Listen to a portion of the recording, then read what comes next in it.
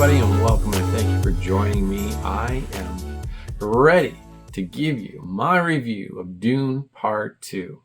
After seeing the first one, which was a very slow burn, it was a very slow movie, interesting movie, beautiful movie, lots of good things to say, but there was this promise almost, like it was told to me that the second part is going to be far more exciting, has a lot more action involved, a comparison between Star Wars and Lord of the Rings.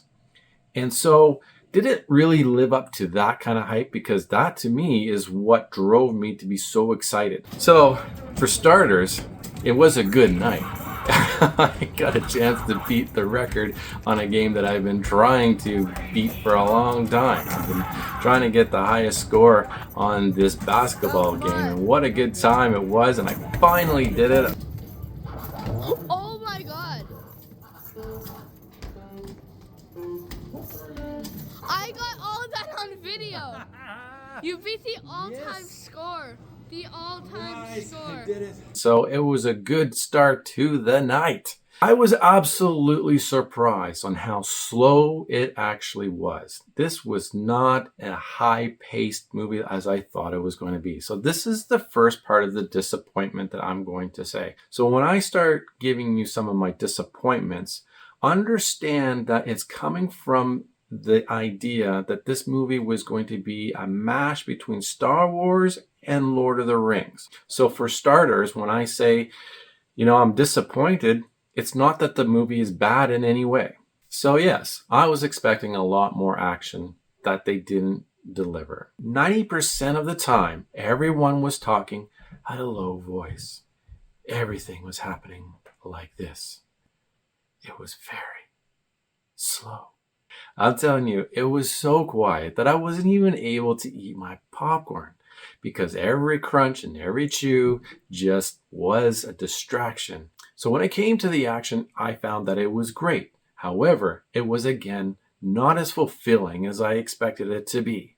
When you're thinking about Star Wars action, we are talking about some cool fight scenes. Also, when we think about Star Wars, we're thinking about space battles, or at least ship upon ship, right? Ship versus ship. And when you're thinking about the action from Lord of the Rings, we are talking about epic ground battles, epic sword fighting battles, in which we got some of that, but it wasn't as grand as what we got in the Lord of the Rings. They never really showed a full battle. They start the battle, and then they kind of skip through all the way to the end where they're all high-fiving each other and giving each other praise. They did a great job of creating this new world that we've never been to. Even though it is desert, it felt like it was on a different planet. All the costumes were great and unique. I was really digging that world that they were in, although I don't think I would want to spend my life on the desert planet. The Harkonnen planet, for example, was black and white, just the way the sun was white and everything. It was kind of cool looking. So without confusing you about my feelings about this, I'm going to get into the things that I really did enjoy and love about this film. One, I really enjoyed the new villain in here. He looks badass and he acts it too. Right to the end, he shows why he's menacing, scary, talented, and he's a huge threat. Now, the other thing that I love is the Bene Gesserit. They are the master planners of everything. The Bene Gesserit are the ones who are controlling both sides. Now, the obvious thing that I can tell you that I love about this is the cinematography, the scope, and the beauty. The cinematographer needs to be recognized a lot more because I find that in all these great films, they don't, and they should. Now, I love as well how they concluded this film, how they concluded this whole thing. Part 1 and part 2 is just one long movie. And the way they conclude the story is great. I was very much invested in the last third. My son enjoyed this movie a lot. When the lights came on and he was like just absolutely mesmerized at the screen. We just sat there and watched the credits go up, almost not even saying a word, because it emotionally impacts you in such a way where you just feel amazed. It's not just amazed. You feel emotionally tied up with that conclusion, especially the way it just grabs you and sends you into places you weren't expecting, and then you had to sit with that for a moment in the end. The vibes are very high on here, despite the fact that the pace is slow. This movie is definitely not for everybody.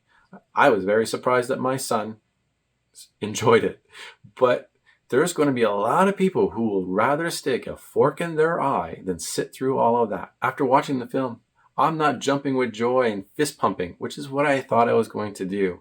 But I can tell you right now, this is a very satisfying film, one that I will watch again. And when I do, I think I'm going to see it in a different light. Now that I know what my expectations are, I am very much interested in watching it again properly with the proper mindset.